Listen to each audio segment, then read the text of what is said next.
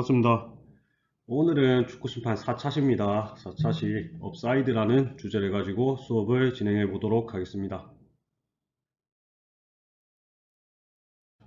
업사이드란 오프와 사이드의 합성어입니다. 합성어. 오프라는 것은 무엇으로부터 떨어진 혹은 무엇으로부터 벗어난 이라는 의미의 전치사 오프와 한쪽 어느 측면의 의미를 지닌 사이드가 결합한 축구 용어로서 경기자가 그의 상대편 골라인, 우리 편 말고 상대편 골라인의 볼과 최종의 두 번째 상대편 선수보다 더 가까이 위치했을 경우에 주어지는 반칙을 의미합니다. 그럼 온사이드란 무엇일까? 방금 오프사이드 배웠으니까 느낌이 딱 오죠. 오프사이드의 반대말 같다. 무엇의 위에라는 의미의 전치사 온과 어느 한쪽 어느 측면이라는 의미를 지닌 명사 사이드가 결합한 축구 용어로서 옵사이드에 해당하는 위치, 그 지역을 제외한 공간을 의미합니다. 그럼 옵사이드라는 규칙이 언제 도입되었을까에 대해서 알아보도록 합시다.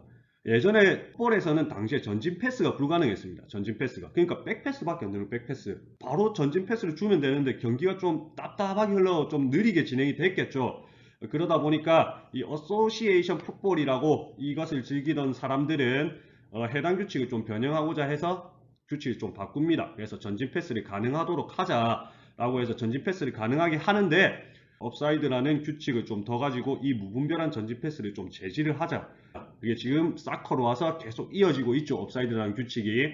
반면에 럭비 유니언 풋볼을 즐기던 사람들은 전진 패스가 불가한 규칙을 좀 더 이어가면서 다른 규칙들을 변형해서 경기의 재미 요소를 찾자라고 해서 그게 지금의 럭비의 형태로 계속 쭉 이어져 나오고 있습니다. 이러한 축구에서 업사이드 도입 같은 경우에는 좀 득점계를 낮춘다는 지적도 있지만 해당 규칙이 도입되면서 전술의 다양성, 선수들의 역동성, 혹은 창의적인 패스와 공간 창출 능력, 세밀한 볼 컨트롤과 기술의 요구 등 오히려 축구 본연의 맛을 더 살렸다라는 평가도 굉장히 많습니다.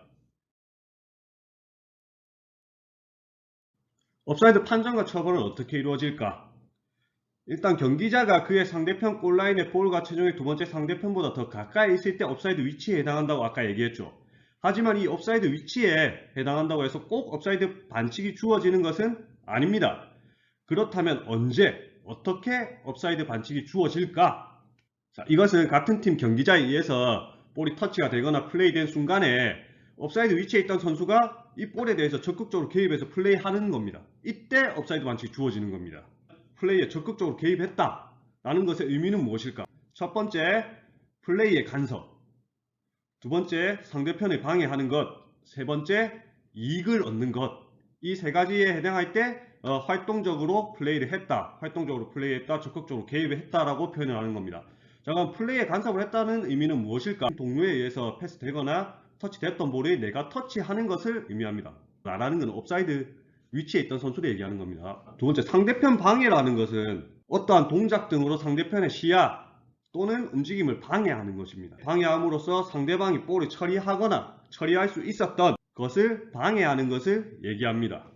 자, 세 번째, 이익을 얻는다라는 것은 옵사이드 위치에 있었던 선수가 골포스트나 크로스바를 맞고 튀어나온 공을 플레이해가지고 이익을 취한다거나 혹은 상대편에 맞고 튀어나온 볼을 내가 가져감으로써 이익을 얻는 것을 의미합니다. 이때 상대편 실책에 의한 것은 옵사이드에 해당하지가 않습니다. 보편적인 상황에서 이런 업사이드 반칙이 주어지지만 이 업사이드 반칙이 주어지지 않는 예외 상황도 있습니다. 무엇이냐? 이 세 가지입니다. 첫 번째 볼킥, 두 번째 스로인, 세 번째 코너킥. 위와 같은 상황의 공통점이 무엇일까? 아웃 오브 플레이 상황에서 경기를 재개하는 상황에 해당 상황에서는 시작점이 고정된 패스다. 시작점이 고정된 패스. 예를 들어서 골킥도 정해놓은 위치에 놓고 쳐야 되고 코너킥도 정해놓은 위치, 스로인도 정해진 위치에서 수행을 해야 되기 때문에 수비수들이 당연히 예측이 가능하죠. 어디서 시작하는지. 수비 라인을 올려버리는 것만으로 공격 기회와 루트를 차단하는 것이 너무 쉽기 때문에 이에 대해서 예상을 둔 겁니다. 이해갑니까? 그림을 보면서 업사이드에 대해서 설명해 보도록 하겠습니다. 우선 좌측 그림부터 보겠습니다. 일단 공격 방향은 좌측에서 우측으로 진행되고 있는 모습을 확인할 수가 있습니다. 우리가 옵사이드 기준 마지노선을 정할 때 하프라인을 봅니다. 하프라인. 축구는 영역형 경쟁 스포츠라고 합니다. 그래서 하프라인을 기준으로 우리 편 진영과 상대편 진영으로 나뉘게 됩니다. 이때 상대편 진영에서 공격을 전개할 때만 옵사이드가 적용이 된다. 그래서 옵사이드 기준선은 하프라인까지로 보시면 됩니다. 그래서 우리 심판들이 볼 때 하프라인 이상을 넘어가지는 않습니다. 우리가 볼과 최종의 두 번째 상대편보다 상대 골라인에 가까운이란 말이 있었죠. 그래서 옵사이드 위치를 구분 지을 때 두 가지 기준이 있습니다. 볼의 위치와 최종의 두 번째 상대편의 위치. 두 개 중에 상대 골라인에 가까운 것이 최종 기준이 되는 겁니다. 그래서 왼쪽 그림 같은 경우에는 볼의 위치보다 최종의 두 번째 상대편 위치가 상대 골라인에 더 가깝기 때문에 이때 기준 라인은 최종 두 번째 상대편이 서 있는 라인이 됩니다. 그래서 옵사이드 구역은 위와 같이 구성이 되겠죠. 같은 편 경기자가 패스를 하는 순간에 같은 편 경기자가 옵사이드 위치 안에서 공을 잡았기 때문에 자, 대다수의 상황에서 옵사이드 기준은 최종의 두 번째 상대편이 되는데 다음과 같은 상황에서는 볼이 옵사이드의 기준이 됩니다. 어떤 상황이냐 보니 최종의 두 번째 상대편을 드리블 돌파 혹은 스루 패스로 뚫어냈을 경우에 옵사이드 기준이 볼이 됩니다. 오른쪽 그림은 공격 전개 방향은 우측에서 좌측으로 가고 있는 모습을 확인할 수가 있습니다. 이때 최종 두 번째 상대편의 라인은 위와 같은데 사이드 상황이라고 가정했을 때 이 선수가 뚫어낸 상황이죠. 이때는 볼이 기준이 돼서 옵사이드 라인 기준은 상대 골라인이 옵사이드 구역은 이 네모 칸 안이 됩니다. 이 선수를 B 선수라고 하고 이 선수를 A 선수라고 합시다. A 선수와 B 선수가 최종의 두 번째 상대편보다 상대 골라인에 가까이 있지만 이게 온사이드라고 판단했을 때 기준선이 볼이 되기 때문에 A 선수가 B 선수에게 패스를 하더라도 최종 두 번째 상대편보다 앞에 있지만 옵사이드가 아닙니다. 여기서 최종의 두 번째 상대편은 꼭 최종 수비수여야 할 필요는 없습니다.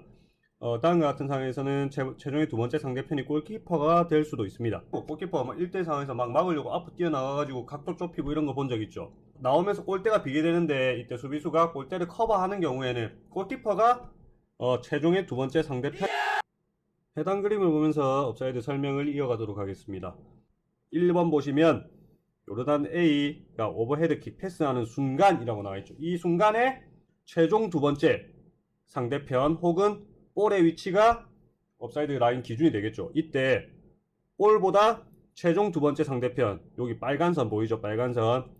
이 빨간 선이 상대편 골 라인에 보다 가까이 있기 때문에 옵사이드 기준선은 최종 두 번째 상대편이 됩니다. B 같은 경우에는 위치가 최종 두 번째 상대편보다 상대 골 라인에 가깝지 않기 때문에 옵사이드 반칙에 해당하지가 않습니다. 반면 C 같은 경우에는 옵사이드 위치에 있죠. 하지만 이때 옵사이드 반칙을 불까요, 안 불까요? 옵사이드 판정과 처벌은 옵사이드 위치에 있다고 마냥 주어지는 것이 아니라 같은 팀 경기자에 의해서 볼이 터치되거나 플레이된 순간에 옵사이드 위치에 있는 경기자가 주심의 견해로 봤을 때 플레이에 적극적으로 관여했을 때 주어지는 거죠. 그래서 활동적인 플레이라고 하는데 이거를 액티브 플레이라고 하는데 이때 C 선수가 활동적인 플레이를 하게 됐다라고 한다면 옵사이드 선언되는 것이 맞겠죠. 하지만 그렇지 않았다라고 한다면 옵사이드 선언되지 않는 것이 맞습니다. 패스 됐거나 터치된 볼을 플레이하거나 터치하거나 상대편의 방해, C가 해당 위치에서 골키퍼 시야를 방해했다거나 튕겨나온 공을 재차 터치를 했다거나 이런 상황이 아닌 이상은 다음 그림에서 보면 공격은 일단 좌측으로 진행되고 있는 것을 확인할 수가 있습니다. 12번 선수가 일단 볼을 갖고 있는 것으로 보입니다. 볼보다는 최종 두 번째 상대편의 위치가 옵사이드 기준선이 되겠죠. 팔을 제외한 다른 모든 부위가 상대편 골라인에 가까운 선수가 무려 3명이나 됩니다. A, B, C. D 같은 경우에는 동일선상으로 보기 때문에 옵사이드 라인에 해당이 되지가 않습니다. 공격은 좌측으로 진행되고 있는 것을 확인할 수가 있습니다. 잘 보이진 않겠지만 현재 볼의 위치는 해당 위치입니다. 따라서 볼이 최종 두 번째 상대편보다 상대편 골라인에서 멀리 위치하기 때문에 업사이드 라인은 최종 두 번째 상대편으로 주어지고 업사이드 구역은 위와 같이 정해집니다. 이때 팔을 제외한 다른 신체 부위, 몸이나 머리나 발 등이 최종 두 번째 상대편보다 앞서 있기 때문에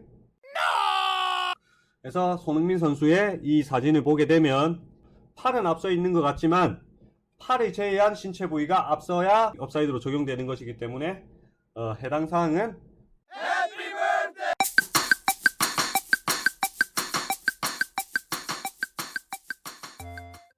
옵사이드라는 것이 축구에서도 굉장히 좀 어려운 개념이고 판정하기 난해한 부분이다 보니까 여러분들이 명확하게 이해를 했을지는 잘 모르겠습니다. 하지만 조금이라도 도움이 되었다면 쌤은 보람을 느낄 것 같습니다.